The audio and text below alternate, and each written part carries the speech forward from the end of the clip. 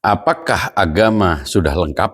Jawabannya menuntut pembedaan tegas antara kesempurnaan teologis dan kesempurnaan antropologis.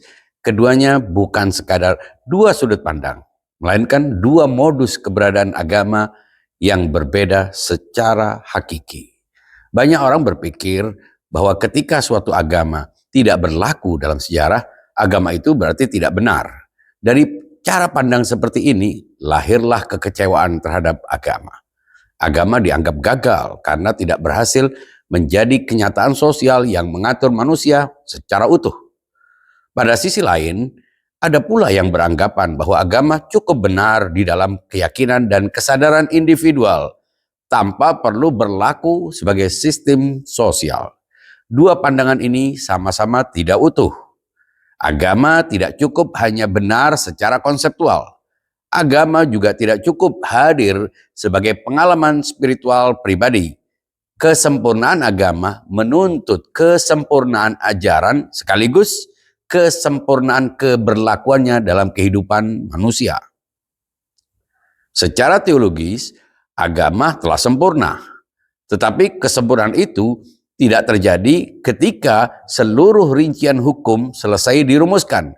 Ia terjadi ketika Tuhan menetapkan ajaran sekaligus otoritas yang menjamin keberlangsungan ajaran tersebut. Di titik itulah agama memperoleh struktur sempurnanya sebagai risalah. Karena agama bukan kumpulan nasihat yang dapat dibaca lalu diserahkan begitu saja kepada pembaca.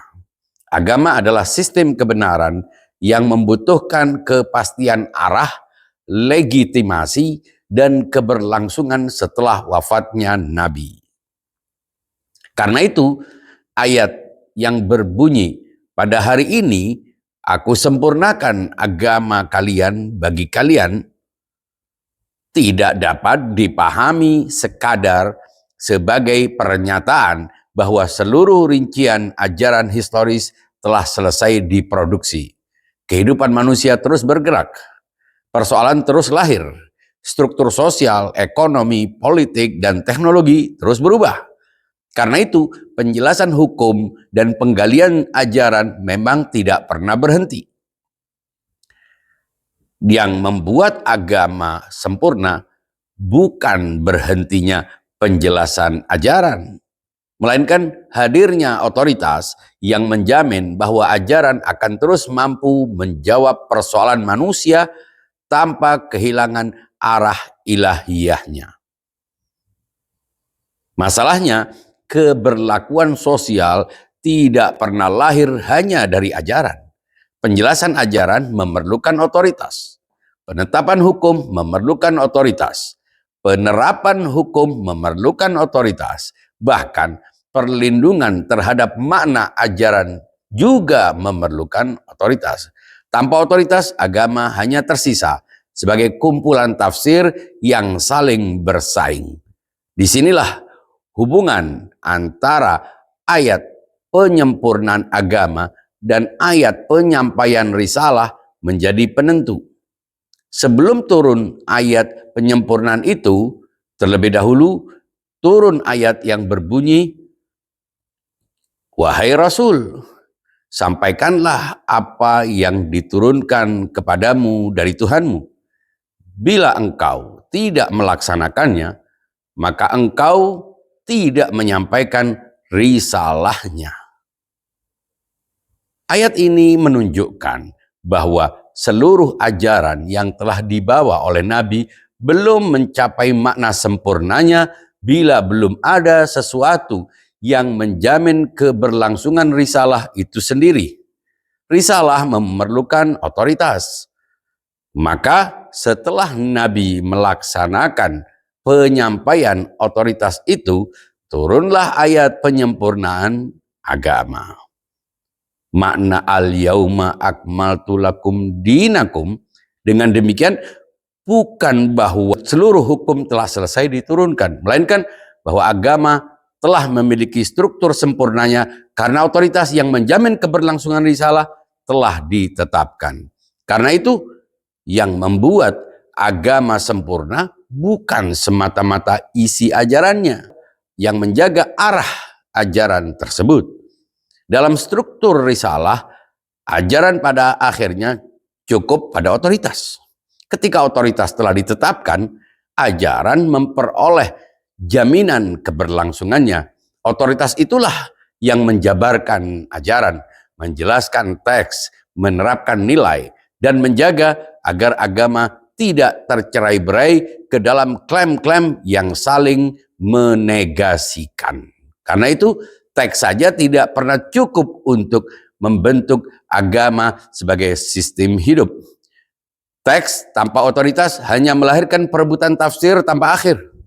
Setiap orang dapat berbicara atas nama kitab suci, tetapi kitab suci itu sendiri membutuhkan penjelas yang memiliki legitimasi untuk mengatasnamakan arah maknanya.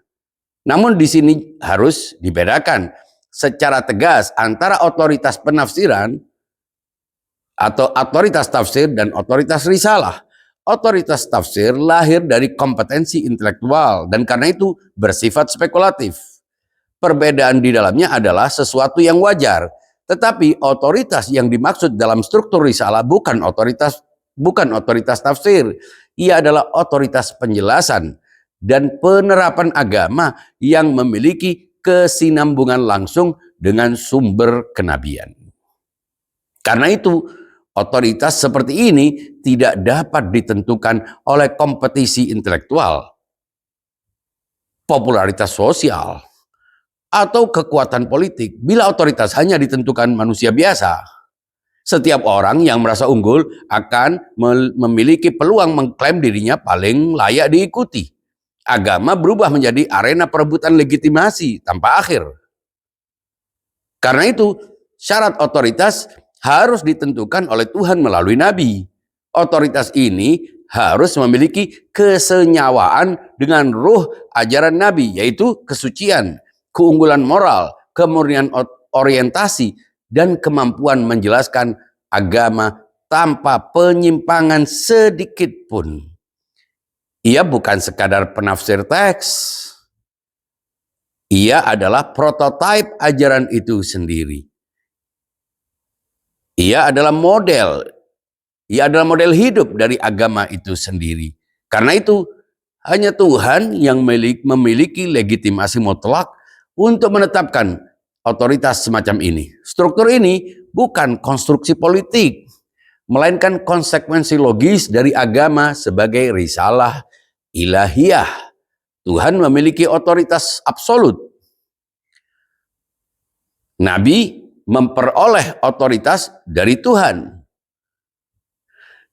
Dan otoritas penerus risalah memperoleh legitimasi melalui penetapan nabi berdasarkan perintah Tuhan.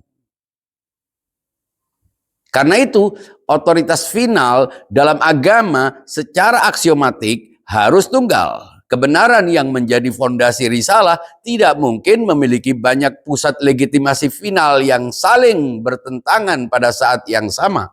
Bila terdapat banyak otoritas final, agama kehilangan kepastian arah dan berubah menjadi kumpulan klaim yang saling menafikan. Disinilah persoalan antropologis agama dimulai. Penjelasan ajaran memadukan otoritas. Penjelasan ajaran memerlukan otoritas. Pemberlakuan ajaran memerlukan otoritas. Tetapi keberlakuan otoritas memerlukan penerimaan masyarakat. Bila otoritas hanya diterima oleh sebagian kelompok, sementara kelompok lain menolaknya, maka otoritas itu kehilangan keberlakuan sosialnya. Ia mungkin tetap sah secara teologis, tetapi tidak berlaku secara historis dan antropologis.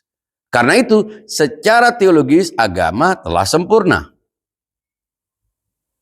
Tetapi secara antropologis agama belum sempurna. Manusialah yang menentukan apakah kesempurnaan teologis itu benar-benar berlaku dalam sejarah.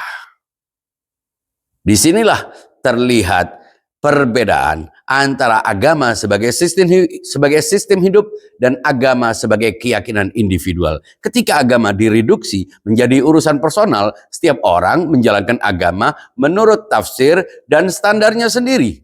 Agama tetap diyakini, tetapi tidak hadir sebagai sistem sosial yang menyatukan arah hidup umat manusia.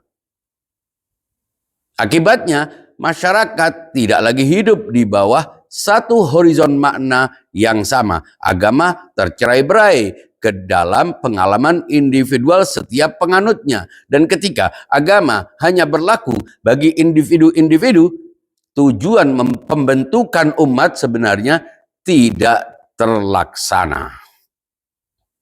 Sebab umat bukan sekedar kumpulan orang beriman.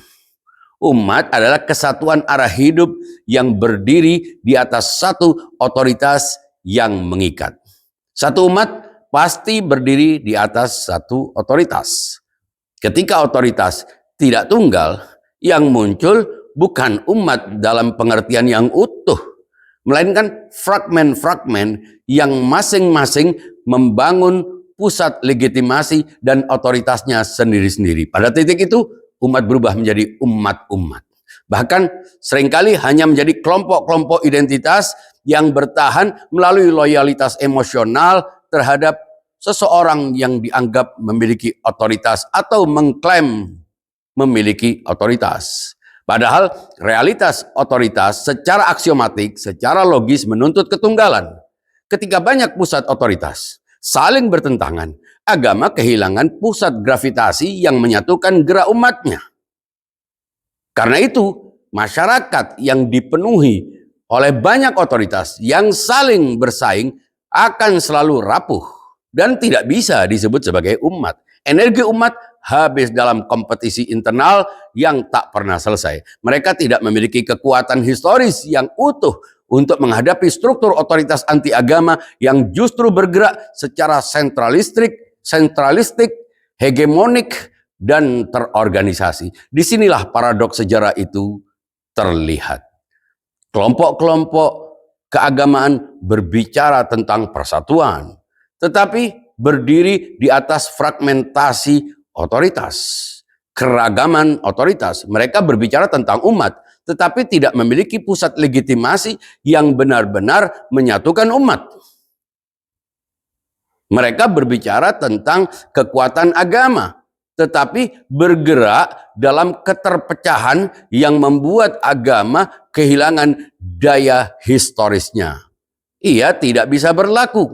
Karena itu, problem utama agama bukan kekurangan pengikut atau kelemahan intelektual.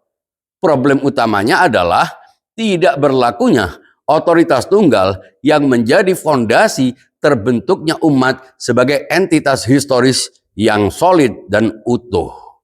Lihatlah masyarakat yang agamanya terus dipenuhi perdebatan mendasar, pertarungan legitimasi, perebutan otoritas, dan produksi klaim yang saling membatalkan. Keadaan seperti itu menunjukkan bahwa agama belum berlaku sebagai sistem hidup yang padu. Sebaliknya, dalam masyarakat yang telah memiliki sistem otoritatif yang mapan, persoalan-persoalan prinsip tidak lagi menjadi objek pertikaian dan polemik umum. Perdebatan tetap ada, tetapi berada dalam wilayah detail dan teknis di kalangan orang-orang yang memang memiliki kompetensi pada bidangnya.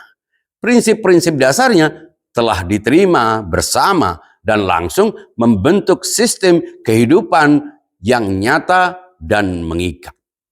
Disitulah agama tidak lagi sekadar diperdebatkan dan memproduksi pikiran-pikiran. Agama berlaku. Dan ketika agama berlaku karena otoritasnya diterima dan diterapkan, agama bergerak menuju kesempurnaan antropologisnya.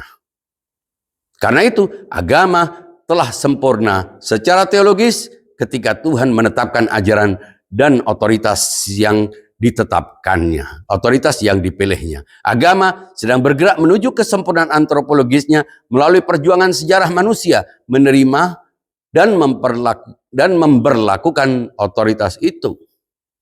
Dan agama akan sempurna secara historis ketika otoritas itu benar-benar berlaku sebagai sistem hidup yang mengikat arah kehidupan manusia secara utuh. Tuhan telah menyempurnakan agama, tetapi manusialah yang menentukan apakah kesempurnaan itu akan berlaku dalam sejarah atau tinggal sebagai klaim teologis yang dibaca tanpa diwujudkan. Agama menjadi sempurna sebagai prinsip ketika otoritas ditetapkan. Dan agama menjadi sempurna sebagai realitas ketika otoritas itu berlaku. Refresh your mind.